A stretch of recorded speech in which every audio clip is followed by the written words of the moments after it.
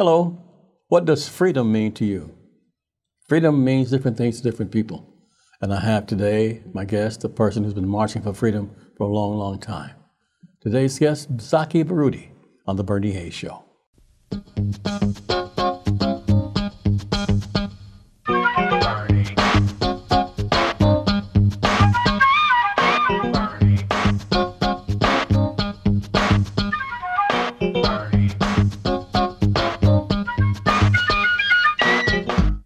Zaki, welcome. Well, thank you, Bernie. This is like home to you, man, because you broadcast out of the studio also, don't you? Yes. In fact, I'm following a great icon as yourself, you know, who I would consider one of the greatest communicators as it relates to educating our people on the various issues that impact our community. So I salute you. And when I grow up, I want to be just like you. Zaki, I want to salute you too, man, because you've been a stalwart in the community and you've been a supporter of Bernie Hayes for almost 40 years now. Yes. You know, and I mean, you've marched in the snow, you've marched in the hot sun for my efforts to save me, save different positions for me on the radio and in different other places. So, I mean, I salute you. I owe you that, man. The community owes you that, and you're always on the forefront for right. And that is amazing. And let me just say this, Bernie, and in supporting you at that time, back during that period of time, it was because of your service to our community. And when people stand up for our community, as a community, we should be duty-bound to protect those people who have our interests at heart. You're very kind, very kind. And Zaki, you not only, you honor different people. Like I know recently you were just honoring Martin Luther King Jr., and I know you do Marcus Garvey every year, Malcolm X every year. Where do you get this spirit from, and where do you get this energy to do these, and why? Well, first of all, we do it in the spirit of the organization of which I'm head of. What is that? The Universal African People's Organization. Actually, we were founded as an extension of my candidacy for governor of the state of Missouri in both 84 and 88, and we founded the organization on April the 4th, 1989. And as you know, April 4th is a historic date in terms of the assassination of Dr. King. Precisely, yeah. But at the same time, the spirit of our organization also was reflective of the philosophy of two great men, Malcolm X, Al-Haj Malik El-Shabazz, as well as the Honorable Marcus Messiah Garvey.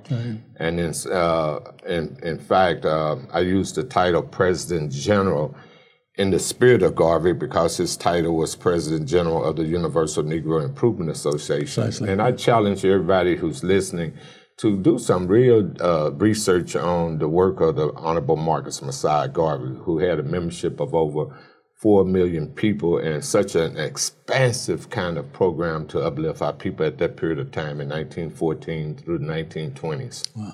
I've been watching your organization grow, and now you publish a newspaper. Yes, we do. We publish the African News World, and I'm proud to say it's a quarterly publication dealing with a wide range of issues impacting our people. And we just came out with our winter edition for 2020. And in our newspaper, we cover local issues, national issues, as well as international issues. Do I see Huey Newton up there? Yes, you see an image of, not necessarily Huey, looked like Huey, but of the period of time of the Black Panther Party, sure. Okay. which had a great influence on me, by the way. You know, in fact, my very first community organizing was a reflection of the murder and assassination of Fred Hampton and Mark Clark, heads of the Chicago chapter of the Black Panther Party. Right. And also at the bottom of the page, there's a picture of a young lady.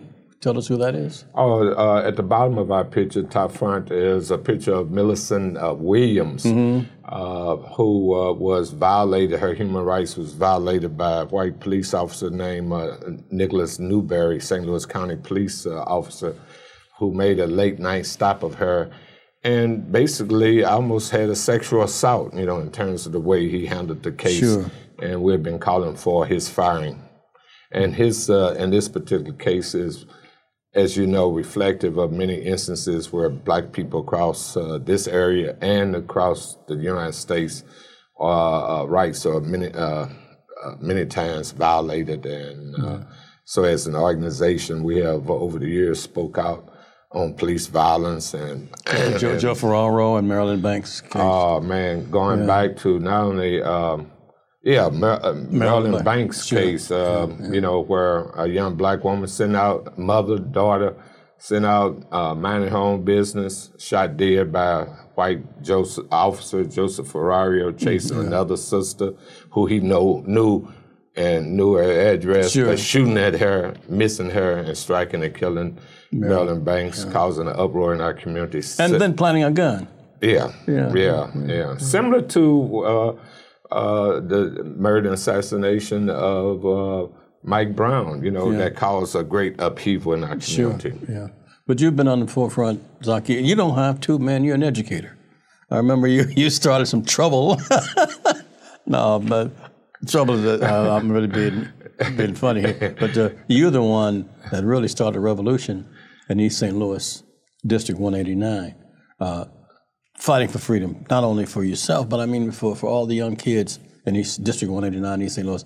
And also you were liberating your fellow teachers and so forth. Tell us how that came about and why. Well, I'm a former educator, as you mentioned, in East St. Louis School District of over 30-some years. And, you know, the conditions I first entered into at Rock Junior High School, for me, were deplorable. And that, you know, for learning opportunities for our children, it has to be in an environment that I think ought to be clean with dedicated teachers. But to my dismay, when I started teaching in 1970, that was not the reality. In fact, I had to paint my own classroom, put up my own bulletin board. And this was a school board headed by predominantly, I'm gonna say Negroes, all black people. And many times the school was not kept clean, you know, had filter. And in fact, I organized some other educators they had closed down the gym at the school. And myself and other teachers, young teachers at that time, we take Saturdays off and we kind of refurnished it to be able to reopen it without the help of the school board. And then eventually I moved on to a high school, saw some dastardly things taking place there. And I just have the spirit of speaking truth to power. And by doing that, I got into some trouble. They had chained the door or something, and I know you raised a lot of stink about that. Right, that was another issue at East St. Louis Senior High School, where the principal had chained every door except the front door. And I had previously worked at a school where there was a fire, Rock Junior High School, in fact. And I said, you got to unchain these, you know, and he was saying some teachers had keys to the chain, you know, to the doors. I'm saying they could be out of the place, out of the area. So I had to call the fire marshal on them to get them unchained. So you've been an activist for a long, long time. Yes, I have. Tell us how we can get the newspaper, Zaki, and why it's important to you. Okay, our newspaper, as mentioned, is a quarterly publication, and we have distributions at various churches and different businesses throughout the city, including Legacy Bookstore, Fish Market on Union, and there's St. Paul AME Church, St. Mark Church, Cobillion Church.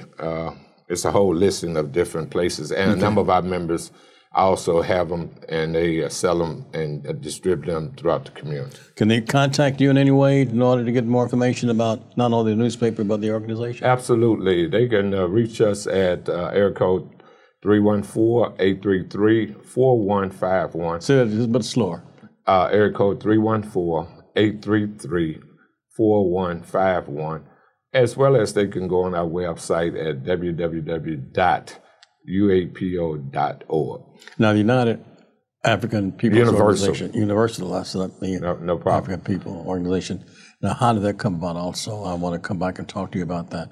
But you formed this organization, and you have so much support, so many different people are members of the organization and support the organization, and I admire you for that. I want to come back and talk about the origins of it, and also understand that you've been traveling quite a bit, too. I remember the picture of you and Gaddafi.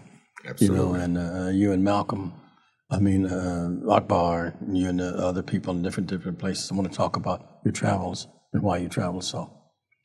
In the meantime, you'd see all these different mugs on the table. Here's Harris-Stowe State University mug. That's I run the Wolf Jazz Institute and National Black Radio Hall of Fame there. That's Webster University mug. I've been teaching there for nearly 30 years now. But this is the Bernie Hayes show mug.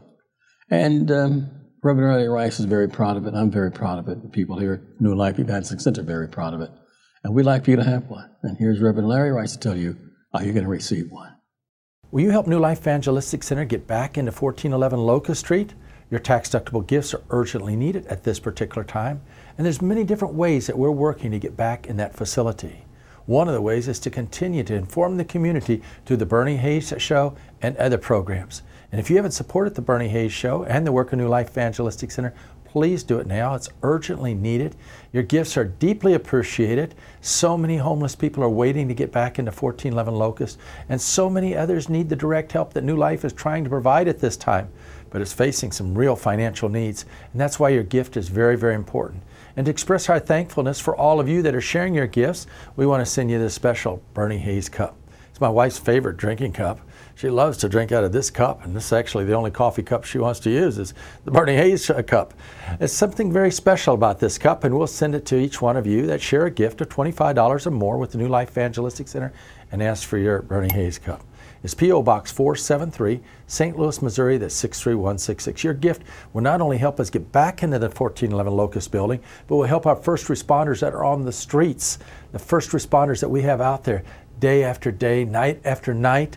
It will help keep our women and children in our safe houses, continue to keep our training programs open, our worldwide mission work, whether it's in India, Haiti, Africa, so many different things the New Life Evangelistic Center is doing.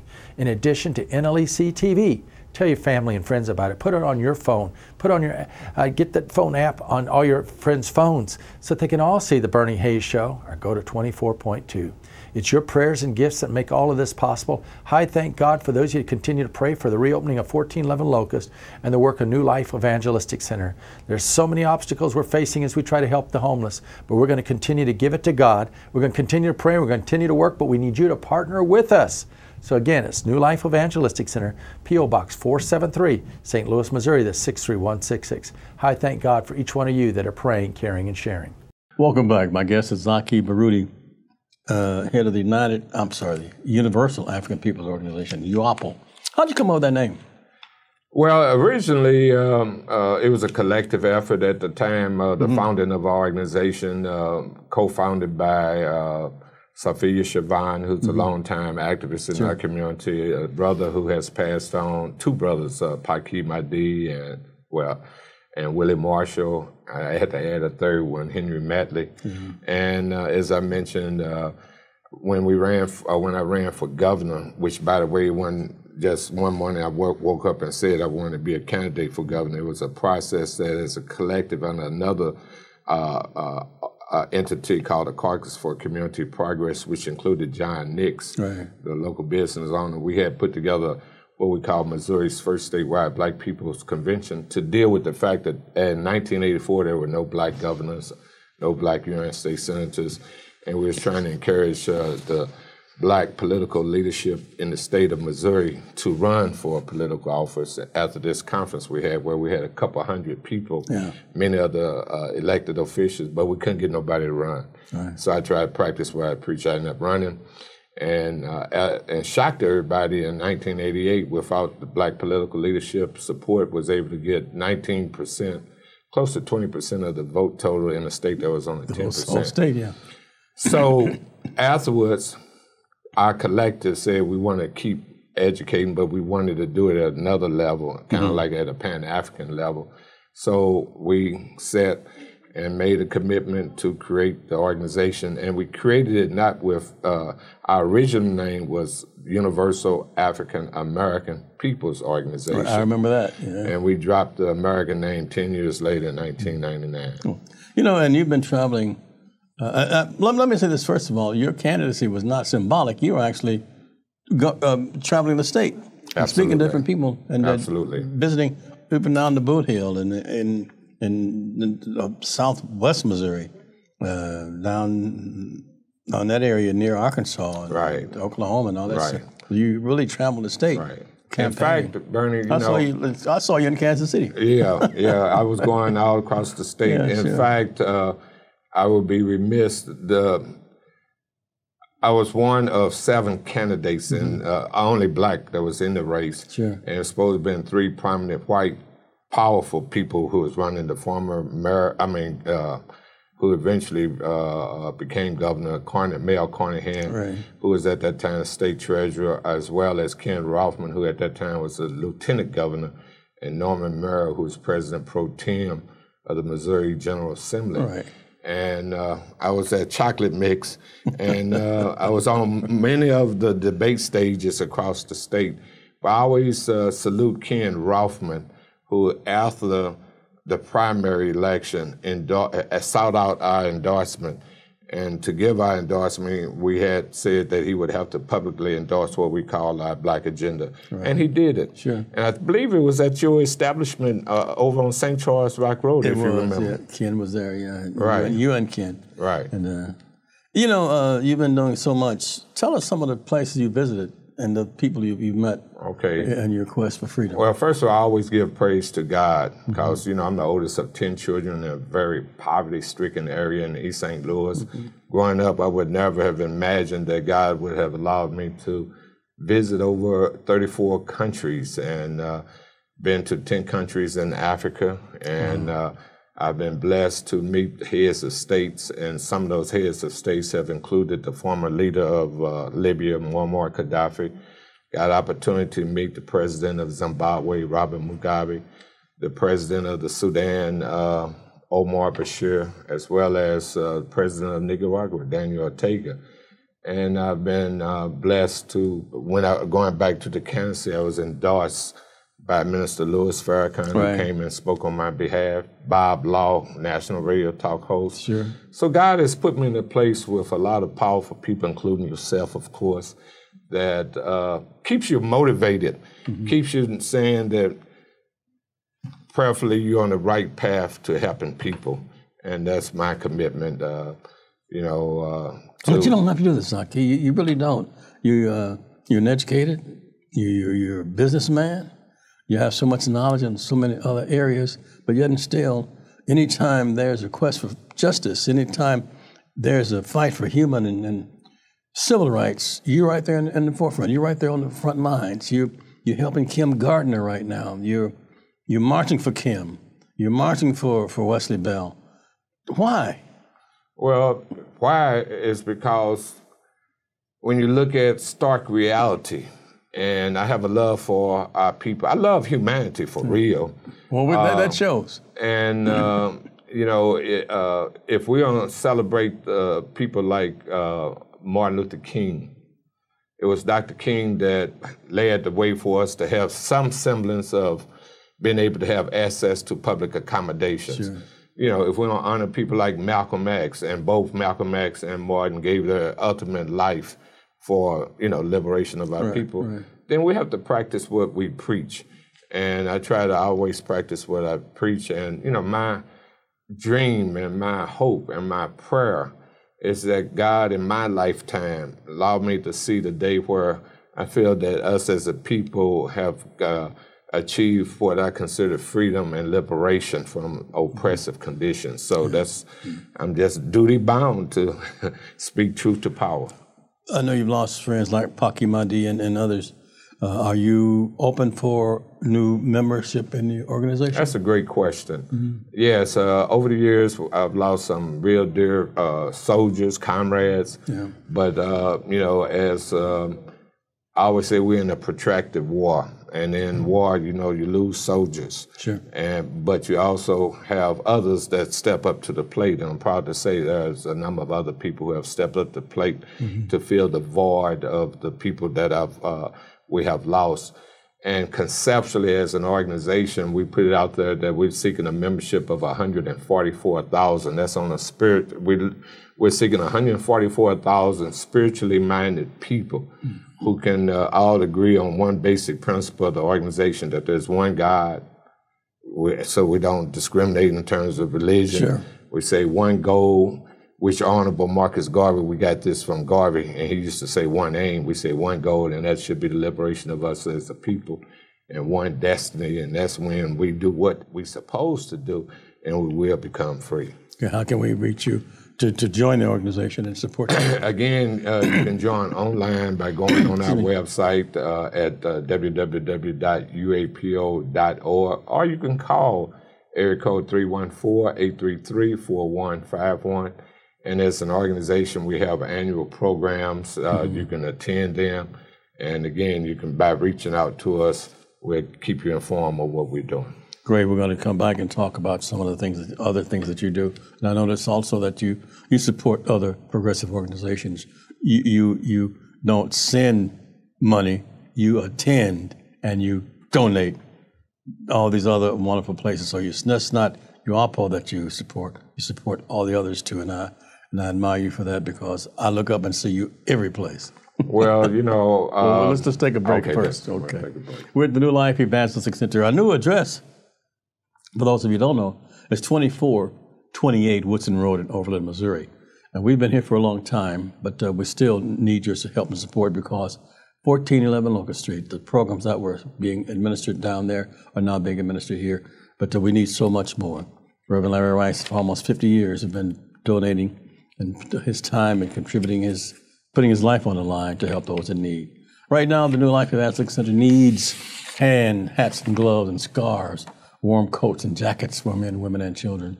They need blankets. They need washcloths and towels, body and face lotion, his and hers shaving creams and razors, and shoes and boots for men, women, and children, even diapers and baby wipes. These are some of the needs from the New Life Evangelistic Center, and you can help us by bringing some of these and contributing some of this, along with Post Office Box 473, St. Louis, Missouri 63166 is a tax-deductible donation. We need your help.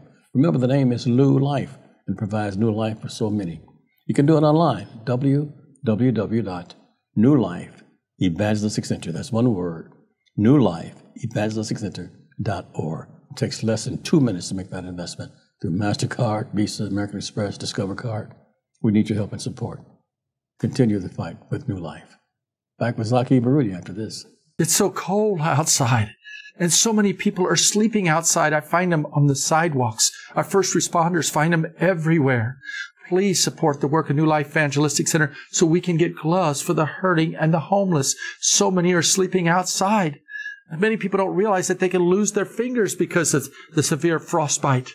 So many people like Leo are suffering at this time. God bless those of you that are sharing. Those that are bringing your gloves to 2428 Woodson Road at Overland, Missouri, 806 North Jefferson in Springfield, are those of you that are sharing at this time when there's so many critical financial needs as New Life Evangelistic Center tries to put gloves on the hands of the hurting and homeless, and are sending your gifts to New Life Evangelistic Center at P.O. Box 473, St. Louis, Missouri. That's 63166. Please encourage everyone you know to share with New Life Evangelistic Center so our first responders can have the tools they need when they're out on the streets helping the hurting and the homeless. Please get involved now. We'll return to our guests after this Black History Moment. The iconic cartoon character Betty Boop was inspired by Esther Jones, a black jazz singer in Harlem. Introduced by cartoonist Max Fletcher in 1930, the caricature of a jazz flapper was the first and most famous sex symbol in animation. Betty Boop is best known for her revealing dress, curvaceous figure, and signature vocals, boop boop ba-doop. While there has been controversy over the years, the inspiration has been traced back to Esther Jones, who was known as Baby Esther and performed regularly in the Cotton Club during the 1920s. After seeing Baby Esther, Helen Kane adopted her style and began singing boops also in her songs. Baby Esther's baby style did little to bring her mainstream fame, and she died in relative obscurity, but a piece of her lives on, the iconic character Betty Boop. Hello, I'm Larry Rice, Director of the New Life Evangelistic Center. And before the closing of 1411 Locust by developers that moved into the area and condominium owners, so many people were getting helped at 1411 Locust. Men, women, and children, all hours of the day and night.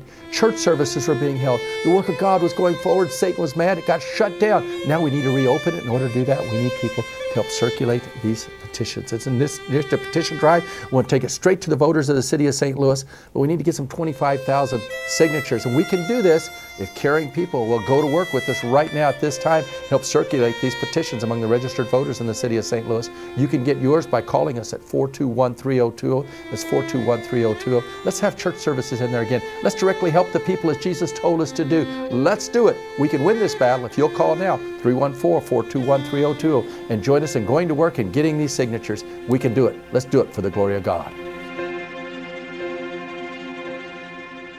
And welcome back. Zaki Baruti is my guest. He's the General President of the Universal African Peoples Organization, President General. Zaki, we only have about 4 minutes left, but tell us about some things I haven't asked you about, or some things that you want the people to know about. Okay, as an organization, we have an international perspective, as we were saying there. I'm proud to say that we have did several international relief efforts. In 2003, we coordinated shipping 450 boxes of clothing and medical supplies to Zimbabwe. In 2006, we shipped 9,000 books to Ethiopia. In 2004, digressing, we shipped about 540 boxes of food, water, clothing, medical supplies to Haiti in the aftermath of Hurricane Ivan. As well as recently in 2015, we shipped about 10,000 books to Ghana to help build a library there. We also work in conjunction with Speaking Out on Police Issues. Organization for many years was part of the Coalition Against Police Crimes and Repression. We were in the forefront of the battle for justice around Mike Brown, murder and assassination. Sure, yeah. So as well as we push politically a concept that's called proportionate political representation, which simply means that wherever percentage we are as a people, we feel that we ought to have that percentage of political power across this country, which we're far from that. And that's reflective of, at the highest level, they say we're 13% of the population, but if you look at, we're only nationwide about 3 to 4% of elected officials in this country. There's still, when I made mention in '84 that there was no black governors, fast forward to 2020, still no black governors. And out of 100 United States senators back in 1984, none were black, but we have advanced. We got 3, but we should have at least 13 in the United States Senate. Right. So tell us, Zaki, also briefly, the importance of voting, because some of us, we just don't vote. Yeah, the vote is very important because whoever you elect helps shape public policy on issues like healthcare, education, how they spend your money. Because as a taxpayer, if you're in this country, you're a taxpayer, and your money is decided by people on the local level of government, your city government, or your state government, or your federal government. And it's important to elect people who feel like you on the key issues that impact not only individuals, but the entire community. Okay, and also, as well as, historically, people have given their lives for us to have the right to vote. There was a systematic effort to keep us from voting. Still is. Yes, absolutely. The country, right. So if somebody's trying to keep you from something, then obviously it's something good in there. Precisely. And if you did all this, we have about half a minute left. You've sent all these different things to different countries. You must need some support for yourself. Absolutely. So how can they do that? How can they contribute? Again, they could go to our website, www.uapo.org. Or they also can call me directly because we have Cash App. Okay. And that's at area code 314-477-4629. Okay, say that again because that's not area code 314-477-4629. Or they can just write a check out to us at payable UAPO, P.O. Box 1792226, St. Louis, Missouri, 63117.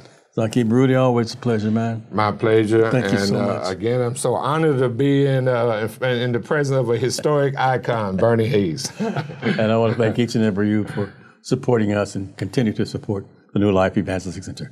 And Bernie Hayes, until next time, have a great day.